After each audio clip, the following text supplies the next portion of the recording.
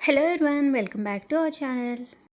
Hair fall తగ్గడానికి నేను use చేసే ఆయిల్ని అయితే ఈరోజు వీడియోలో మీతో కూడా షేర్ చేస్తున్నాను. ఇది నేను లాస్ట్ 2-3 వీక్స్ నుంచి అయితే యూజ్ చేస్తున్నాను.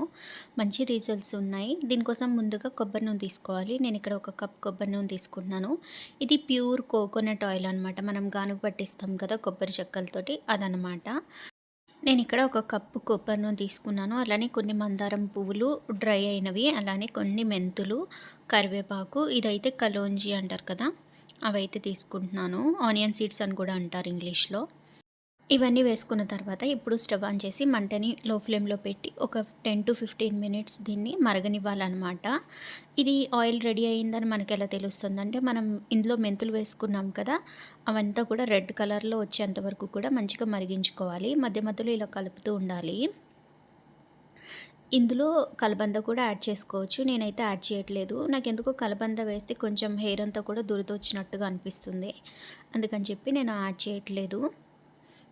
జస్ట్ ఇవే వేసాను. చూసారు కదా, ఈ హెయిర్ ఆయిల్ మన హెయిర్కి చాలా బాగా యూజ్ అవుతుంది. నేనైతే హెయిర్ ఫాల్ అయితే కంట్రోల్ అయ్యింది.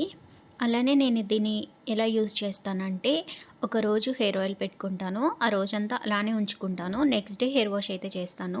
హెయిర్ వాష్ చేసిన రోజు మళ్ళీ హెయిర్కి అయితే ఆయిల్ అప్లై చేయను. ఆ నెక్స్ట్ డే మళ్ళీ హెయిర్కి ఆయిల్ అప్లై చేసి 1 డే ఉంచుకొని ఆ నెక్స్ట్ డే మళ్ళీ హెయిర్ వాష్ చేస్తాను.